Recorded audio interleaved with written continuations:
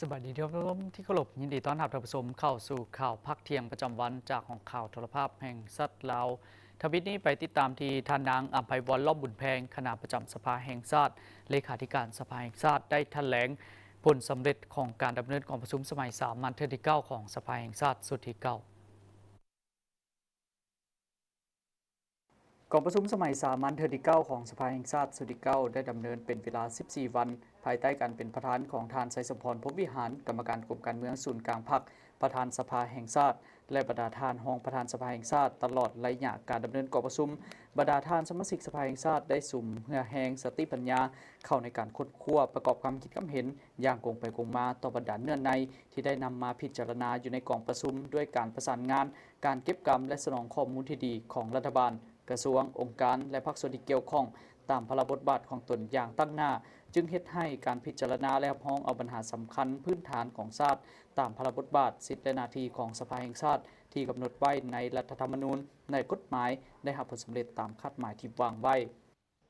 กองประชุมสมัยสามัญเทื่อที่ 9ของสภาแห่งชาติสุดที่ 9ได้พิจารณารับรองเอาปัญหาสำคัญพื้นฐานของชาติโดยได้ออกเป็นมติของสภาแห่งชาติจำนวน15ฉบับดังนี้ 1. มติว่าโดยการรับรองเอาบทรายงานการจัดตั้งปฏิบัติแผนพัฒนาเศรษฐกิจสังคมแผนงบประมาณแห่งรัฐและแผนเงินตรา6 เดือนต้นปี 2025และแผนการ 6 เดือนท้ายปี 2025 2. มติว่าโดยการรับรองเอาบทรายงานเกี่ยวกับนโยบายส่งเสริมการก่อสร้างและซ่อมแปลงทางในระยะใหม่ 3. มติว่าโดยการรับรองเอาบทรายงานการจัดตั้งปฏิบัติบรรดานโยบายนิติกรรมกลไกต่างๆในการพัฒนาพลังงานไฟฟ้า 4. มติว่าโดยการรับรองเอาบทรายงานเกี่ยวกับผลการสรุปตีราคาการโฆษณาเผยแพร่กฎหมายทั่วประเทศ 5. มติว่าโดยการรับรองเอาบทรายงานการจัดตั้งปฏิบัติแผนการเคลื่อนไหวเวียกงานแต่กองประชุมสมัยสามัญเทื่อที่ 8 หาเทื่อที่ 9และทิศทางแผนการหอดกองประชุมสมัยสามัญเทื่อที่ 10ของสภาแห่งชาติสุดที่ 9กองประชุมยังได้พิจารณารับรองเอาการสร้างและปรับปรุงกฎหมายจำนวน10ฉบับคือกฎหมายสร้างใหม่จำนวน5ฉบับมี1กฎหมายว่าโดยพนักงานอัยการประชาชน 2. กฎหมายว่าโดยสังคมสงเคราะห์ 3. กฎหมายว่าโดยสามัญศึกษา 4. กฎหมายว่าโดยการปลูกฝัง 5. กฎหมายว่าโดยความปลอดภัยทางไซเบอร์กฎหมายปรับปรุงมีอยู่5ฉบับคือ 1. กฎหมายว่าโดยการปรับปรุงบางมาตราของกฎหมายว่าโดยศาลประชาชน 2. กฎหมายว่าโดยยาและผลิตภัณฑ์การแพทย์ 3. กฎหมายว่าโดยชนประทาน 4. กฎหมายว่าโดยอากรรายได้และ 5. กฎหมายว่าโดยป้ายกองประชุมสมัยสามัญเทื่อที่ 9ของสภาแห่งชาติสุดที่ 9ครั้งนี้เคียงคู่กับการพิจารณาและพ้องเอาปัญหาสำคัญพื้นฐานของประเทศชาติแล้วในระยะการดำเนินกองประชุมได้มีประชาชนส่งคำคิดความเห็นผ่านโทรศัพท์สายด่วน156มายังกองประชุมสภาแห่งชาติรวมทั้งหมดจำนวน710สาย520เรื่องซึ่งพัวพันถึงการพัฒนาเศรษฐกิจสังคมการคุ้มครองบริหารรัฐการชดเชยผลกระทบจากโครงการพัฒนาต่างๆต่อคำคิดความเห็นของประชาชนที่ส่งมานั้นสภาแห่งชาติกองเลขากองประชุมจะได้สังรวมและมอบให้กรรมาธิการที่เกี่ยวข้องเพื่อประสานสมทบกับกระทรวงองค์การปกครองท้องถิ่นในการค้นคว้าพิจารณาแก้ไขให้ถูกต้องสอดคล้องตามกฎหมายและระเบียบการพนักงานอ้อมข้างกระทรวงเทคโนโลยีและการสื่อสารเสริมซึมมติกองประชุมครบคณะบริหารงานศูนย์กลางพรรคครั้งที่ 10 สมัยที่ 11ภายใต้การเป็นประธานของท่านบัณฑิตศาสตราจารย์บเวนคำวงศ์ดารารัฐมนตรีกระทรวงเทคโนโลยีและการสื่อสารมีรองรัฐมนตรีพร้อมด้วยพนักงานหลักแหล่งอ้อมข้างกระทรวงเข้าร่วมในพิธีท่านมโนทองวงหล่อคำหักษาการหัวหน้ากลุ่มจัดตั้งและพนักงานกระทรวงเทคโนโลยีและการสื่อสารได้ผ่านดำรัสของนายกรัฐมนตรีเลขที่328/นย.ลงวันที่17 มิถุนายน 2025ว่าด้วยการแต่งตั้งรองรัฐมนตรีกระทรวงเทคโนโลยีและการสื่อสารแต่งตั้งท่านไสสนะสิทธิพรเป็นรองรัฐมนตรีกระทรวงเทคโนโลยีและการสื่อสารพร้อมนั้นก็ได้ผ่านบทรายงานการก่อสร้างหน่วยพักปลอดภัยเข้มแข็งหนักแน่นขององค์คณะพรรคกระทรวงเทคโนโลยีและการสื่อสาร ผ่านมติตกลงเลขที่294ทับคปจกตสลงวันที่11มิถุนายน2025ว่าด้วยการรับรองหน่วยพักปลอดภัยเข้มแข็งหนักแน่นประจำปี2024ซึ่งในครั้งนี้แม้นได้รับรองเอา12หน่วยพักหักฐานที่ขึ้นกับองค์คณะพักกระทรวงและ16หน่วยพักที่ขึ้นกับคณะพักหักฐานโอกาสนี้ท่านบัณฑิตศาสตราจารย์บเวียงคำวงศ์ดาราก็ได้ให้เกียรติเผยแพร่เสริมซึมผ่านขยายมติกองประชุมคณะคณะบริหารงานศูนย์กลางพรรคครั้งที่10สมัยที่11พร้อมทั้งมีคำเห็นโอ้ล้มต่อกองประชุมโดยได้แนะนำให้บรรดาทานสมาชิกพรรคพนักงานรัฐกรทั่วกระทรวงเทคโนโลยีและการสื่อสารเอาใจใส่ศึกษาโฮมการเมืองแนวคิดมีความอุ่นเอียงทุนเทียงเป็นเจ้าการเข้าร่วมปฏิบัติหน้าที่เวียกงานตามทิศชี้นำของคันเทิงบางออกยกสูงความรับผิดชอบต่อหน้าที่การเมืองกล้าคิดกล้าเหตุกล้ารับผิดชอบต่อหน้าที่เวียกงานที่ได้รับมอบหมายเอาใจใส่สืบต่อปรับปรุงกงจักการจัดตั้งสืบต่อค้นคว้ากงจักภายในให้มีความกระทัดรัดเพื่อสืบต่อค้นคว้านโยบายหับการอุดหนุนบำนาญเพิ่มทวีความสามัคคีภายในอย่างแน่นแฟ้นพร้อมนี้ก็ยังได้เน้นให้เอาใจใส่เวียกงานอื่นๆถึงอีกงานมหกรรมการท่องเที่ยวอนุภาคพืชแม่น้ำของ2025หรือแม่ของ Tourism Forum 2025ได้มีห้านวางแสดงผลิตภัณฑ์การท่องเที่ยวจากประเทศสมาชิกอนุภาคพืชแม่น้ำของเช่นลาวเวียดนามกัมพูชาไทยเมียนมาจีนและผู้ประกอบการด้านธุรกิจการท่องเที่ยว17ห้านวางแสดงที่เน้นใส่การท่องเที่ยวทางด้านวัฒนธรรมธรรมชาติและกสิกรรมบริษัทปฏิรูปแมนบริษัทรีไซเคิลลิ่งพลาสติกตั้งอยู่ที่หลวงพระบางปฏิรูปเป็นธุรกิจเพื่อสังคมที่หันเป็นขี้เหงื่อพลาสติกที่มีมูลค่าสูงให้กลายเป็นผลิตภัณฑ์ที่มีเอกลักษณ์และสามารถมาหมุนใช้ได้คืนท่านนางเวียงวิไลพิมพ์สอนผู้อำนวยการและผู้ร่วมก่อตั้งบริษัทปฏิรูปแขวงหลวงพระบางได้บอกกับทีมข่าวโทรภาพแห่งชาติลาวว่าปฏิรูปได้มีส่วนร่วมในงานมหกรรมการท่องเที่ยวอนุภาคพืชแม่น้ำโขง2025โดยได้นำเอาผลิตภัณฑ์ที่มาจากพลาสติกสิ่งเศษเหลือโดยได้มีการเก็บซื้อสิ่งเศษเหลือประเภทยางมาทำความสะอาดแล้วซื้อกิโลละ 1,000 กีบแล้วนำมาเป็นผลิตภัณฑ์เส้นแผ่นยางที่มีขนาด150คูณ230ซนผลิตภัณฑ์ตามสั่งประเภทโต๊ะตังพระถาดพวงกระแจและอื่นๆนับแต่ปี2021มาฮอดปัจจุบันปฏิรูปสามารถลดพลขี้เหงื่อประเภทพลาสติกได้ 40,000 กว่ากิโลกรัมดีใจว่าสัญชาติที่ได้มาร่วมงานในครั้งนี้เป็นงานที่ว่าเปิดสินค้าผลิตภัณฑ์ที่ว่าเฮาปฏิรูปได้ผลิตออกมาแล้วก็มันก็เกี่ยวกับเป็นการท่องเที่ยวแบบสีเขียวและฉะนั้นแล้วคือขี้เหงื่อมันก็เว้าถึงแบบความสะอาดเนาะเกี่ยวพันกับการท่องเที่ยวเฮาอยู่แล้วนะปฏิรูปของเฮานี่เฮาจะแตกต่างกับรีไซเคิลทั่วไปที่เก็บอยู่หลวงพระบางเฮาจะเป็นบริษัทนึงที่ว่าเก็บเอาหมดทุกอย่างที่ว่าขี้เหงื่อที่บ่มีราคาเฮาก็จะเก็บมาคือจังเจียขนมบ่ยกตัวอย่างสินะปองนมที่ว่าเด็กน้อยกินจังซี่เฮาก็สามารถเอามารีไซเคิลได้ส่วนทางด้านศูนย์หัตถกรรมออกพบตกเป็นหนึ่งในสถานที่ที่ทางคณะพิศอบงานมหกรรมการท่องเที่ยวอนุภาคพืชแม่น้ำโขง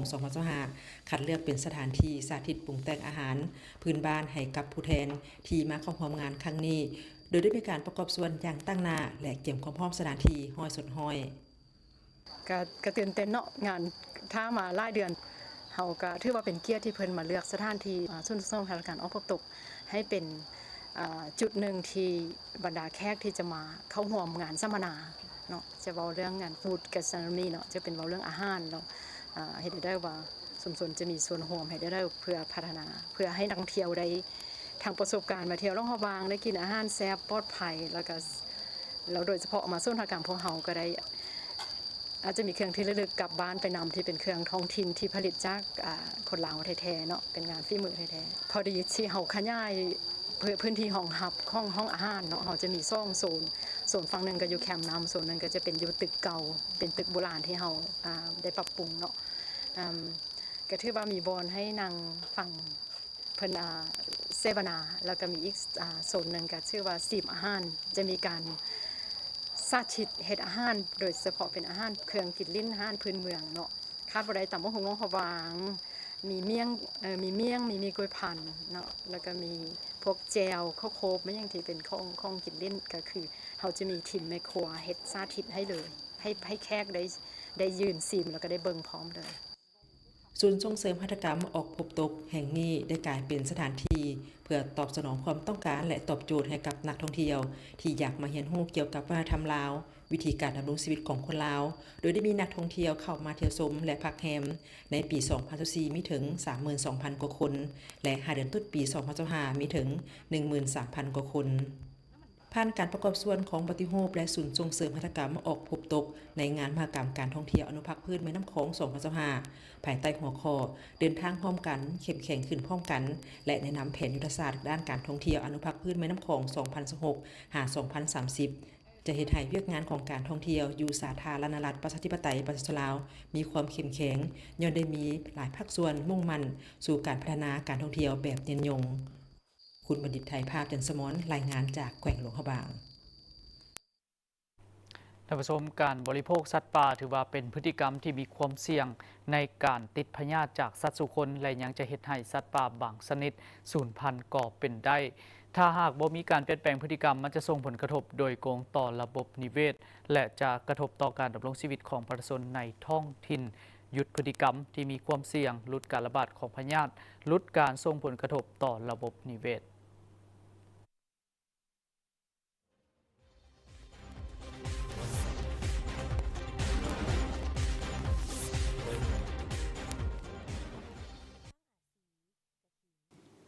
การบริโภคสัตว์ป่าแม่นติดพันกับคนลาวมาหลายหุ่นคนด้วยความเชื่อว่าบริโภคแล้วมีกำลังวังษาเฮ็ดให้สุขภาพแข็งแรงแต่เบิ่งอีกด้านหนึ่งแล้วการบริโภคสัตว์ป่าถือว่าเป็นพฤติกรรมที่มีความเสี่ยงในการติดพยาธิจากสัตว์สู่คนและยังเป็นการเฮ็ดให้สัตว์บางชนิดสูญพันธุ์ไปก็เป็นได้ถ้าหากบ่มีการเปลี่ยนแปลงพฤติกรรมมันจะส่งผลกระทบโดยตรงต่อกับระบบนิเวศแน่นอนจะกระทบต่อกับการดำรงชีวิตของประชาชนในท้องถิ่นอีกตามการให้ข้อมูลของทานนางปริญญาเอกอายุสันต์รัศพลหัวหน้าแผนงานอนุรักษ์องค์การ WWF ประจำลาวให้ฮู้ว่าการดำรงชีวิตของประชาชนลาวในหลายๆท้องถิ่นแม่นติดพันกับธรรมชาติแน่นอนการล่าการนำไส้สัตว์ป่ามาปรุงแต่งเป็นอาหารเพื่อเลี้ยงชีวิตครอบครัวก็เป็นเรื่องปกติที่ได้ปฏิบัติกันมาหลายหุ่นคนแต่ถ้าหากการล่าเป็นการฆ่าแม่นส่งผลกระทบโดยตรงต่อกับความสมดุลของระบบนิเวศอย่างแน่นอนสร้างผลประโยชน์ให้แก่ผู้ค้าผู้ขายส่วนประชาชนที่อาศัยอยู่ในบริเวณดังกล่าวนี้ก็จะได้รับผลกระทบเช่นกันตามมันมาเกิดมีผลกระทบหันแม่นย้อนเฮาเป็นนำไส้เกินควรเนาะเอาหลายโพดจังซี่นะคันสมมุติว่าคือมีคนกินซื่อๆอยู่ภายในประชาชนที่ว่าอยู่อ้อมข้างผู้เขาติดพันแท้ๆเอามากินพออยู่พอใช้มันก็น่าจะบ่มีปัญหาหยังแต่ในกรณีที่มันมีปัญหาคือเฮาเอามาขายเอามาเป็นจำนวนหลายๆเอาออกมาจนบ่สร้างความให้มีการสูญเสียบ่มีความดุลเดียง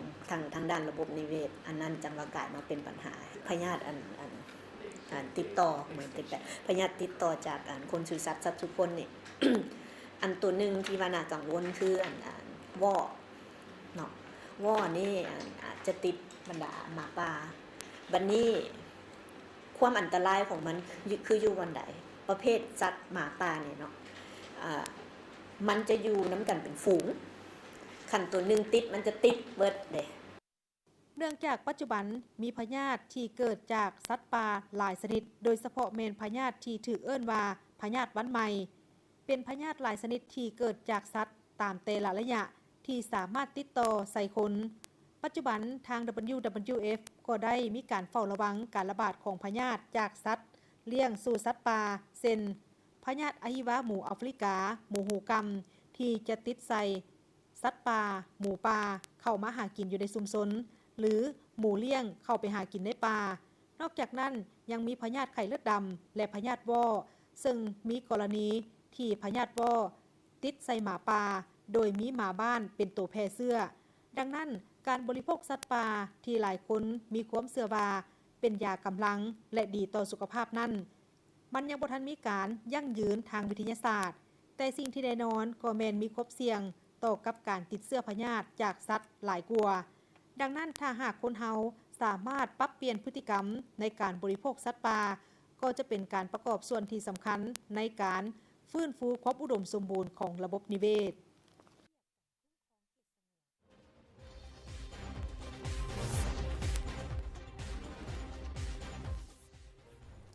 ได้มีพิธีมอบเงินนโยบายให้ผู้ที่มีผลงานในการปฏิบัติศาสตร์ประชาธิปไตยตามจำรัด 272 ทับลบประจำงวด 1 ปี 2025 ที่แขวงเซกอง โดยการเข้าร่วมมอบเงินดังกล่าวของทานแกดดาราแพงหัวหน้าแผนกแรงงานและสวัสดิการสังคมแขวงเซกองมีคณะกรรมการคนขวานโยบายขันแขวงขันเมืองตั้งหน้าผู้ที่ได้รับเงินนโยบายเข้าร่วมการมอบเงินนโยบายอุดหนุนเถื่อเดียวผู้ที่ยังมีชีวิตและต่อผู้เสียสละชีวิตเขาในการปฏิบัติศาสตร์ประชาธิปไตยในเมื่อก่อนอยู่แขวงเซกองในการเสียสละชีวิตย้อนการสู้รบและรับใช้สู้รบนับแต่ปี 1954 ขึ้นหลังซึ่งในนี้แม่นปฏิบัติตามดำรัสของรัฐบาลแห่งสาธารณรัฐประชาธิปไตยประชาชนลาวฉบับเลขที่ 272 ทับลบในงวดที่ 1 ประจำปี 2025ซึ่งในทั่วแขวงเซกองรวมมี 17 บ้านในนี้สำหรับอยู่เมืองทะแตงจำนวน 13 ทานดักจึง 2 ทานเมืองกะลึม 1 ทานและเมืองละมาม 1 ทานเป็นเงินนโยบายทั้งหมด 499 ล้านกว่ากีบในนี้มีเงินอุดหนุนเทื่อเดียวต่อผู้ที่ยังมีชีวิต 8 ทานจำนวนเงิน 278 ล้านกว่ากีบเงินอุดหนุนเทื่อเดียวต่อผู้เสียสละชีวิตมี 9 ทานรวมเป็นเงินทั้งหมด 220 ล้านกว่ากีบในโอกาสมอบเงินในครั้งนี้ท่านแกดดาราแพงหัวหน้าแผนกแรงงานและสวัสดิการสังคมแขวงในนามต่างหน้าองค์การปกครองแขวงเซกองได้เน้นให้ครอบครัวผู้ที่ได้รับนโยบายจงนำใส่เงินจำนวนดังกล่าวให้เกิดประโยชน์สูงสุดมีความสามัคคีเป็นปึกแผ่นภายในครอบครัวพร้อมกันปกปักรักษาบ้านเมืองก็คือประเทศชาติซุ้มใส่การปลูกการเลี้ยงสัตว์ตามท่าแห้งพึ่งตนเองสร้างความเข้มแข็งด้วยตนเองเทอละก้าวพร้อมนั้นท่านยังได้เรียกร้องให้คณะกรรมการคนขวานโยบายขันเมืองขันแขวงจงสืบต่อเก็บกำข้อมูลผู้ที่มีผลงานคุณงามความดีในภารกิจทางการปฏิบัติศาสตร์ประชาธิปไตยแล้วนำเสนอตามขั้นตอนเพื่อขอนโยบายให้ครบตามจำนวนและถูกต้องตามบัญชีรายชื่อผู้ที่มีผลงานตัวจริงทั้งนี้เพื่อเป็นการตอบบุญแทนคุณแสดงถึงความกตัญญูหูบุญคุณของภาครัฐและทั่วสังคมปัจจุบันในทั่วสังคมได้มีส่วนร่วมในการตอบแทนบุญคุณและได้รับการจัดตั้งปฏิบัติอย่างเอกภาพในทั่วประเทศได้มีพิธีเปิดการบริการวิจัยดินพืชและฝุ่นของห้องวิจัยวิทยาลัยเกษตรกรรมและป่าไม้จำปาสักท่านนิวงศ์ศรีประเสริฐหัวหน้ากรมคุ้มครองและพัฒนาที่ดินเกษตรกรรมให้หูว่าการวิจัยดินพืชและฝุ่นเป็นเครื่องมือหนึ่งที่สำคัญหลายโตเวียกงานเกษตรกรรมเว้าร่วมเว้าเฉพาะแม่นผู้ประกอบการด้านเกษตรกรรมและชาวเกษตรกรซึ่งจะช่วยให้เข้าใจสภาพดินระดับความอุดมสมบูรณ์ของดินและปัญหาของดินแล้วนำไปสู่การจัดการดินที่เหมาะสมเพื่อลดต้นทุนและเพิ่มผลผลิตแบบยืนยงและย้อนเห็นได้ความสำคัญแนวนั้นโดยอิงตามทิศสีน้ำของขันเทิงคณะน้ำขันศูนย์กลางและท้องถิ่นก็คือกรมคุ้มครองพัฒนาที่ดินและวิทยาลัยเกษตรกรรมป่าไม้จำปาสักได้ร่วมมือกันในการพัฒนาห้องวิจัยดินพืชและฝุ่นเพื่อยกระดับความรู้ความสามารถทางด้านวิชาการของครูอาจารย์จนมีความพร้อมสามารถอำนวยความสะดวกให้สังคมโดยการเปิดการบริการวิจัยดินพืชและฝุ่นพร้อมนี้ท่านนางมัตสาแก้วพิลาอาจารย์วิทยาลัยเกษตรกรรมและป่าไม้จำปาสักได้นำเสนอให้หูเกี่ยวกับความสามารถของห้องวิจัยดินพืชและฝุ่นของวิทยาลัยการนำเสนอของท่านนางอัมพาวันไสยันทรห้องหัวหน้าศูนย์วิจัยดินพืชและฝุ่นกรมคุ้มครองและพัฒนาที่ดินเกษตรกรรมเกี่ยวกับการวิจัยดินพืชและฝุ่นและการให้บริการด้านวิจัยโดยจุดประสงค์ก็เพื่อสร้างความเข้าใจให้วิชาการผู้ประกอบการชาวเกษตรกรเกี่ยวกับการวิจัยและให้การบริการสร้างเครือข่ายด้านวิชาการเฮ็ดเวียกร่วมกันอย่างมีประสิทธิผลสุขอยู่ผู้ประกอบการชาวเกษตรกรนำใส่ข้อมูลวิจัยดินต่อการกำหนดอัตราและประเภทฝุ่นต่อการปลูกพืชเพื่อให้สามารถเพิ่มสมรรถภาพการผลิตและการนำใส่ทรัพยากรดินตามทิศสีเขียวยืนยงเกิดการพัฒนาอย่างแท้จริงต่อการผลิตกสิกรรมหับประกันด่านเสบียงอาหารและเป็นสินค้าโอกาสนี้คณะผู้แทนได้ลงติดตามเบิงความพร้อมแต่ละด่านเพื่อเปิดบริการของห้องวิจัยดินพืชและฝุ่นของวิทยาลัยเกษตรกรรมและป่าไม้จำปาสักอีกด้วยท่านผู้ชมจากนี้พวกเราจะพักก่อนและอย่างต่อไปก็มาติดตามรับชมข่าวต่างประเทศและข่าวกีฬา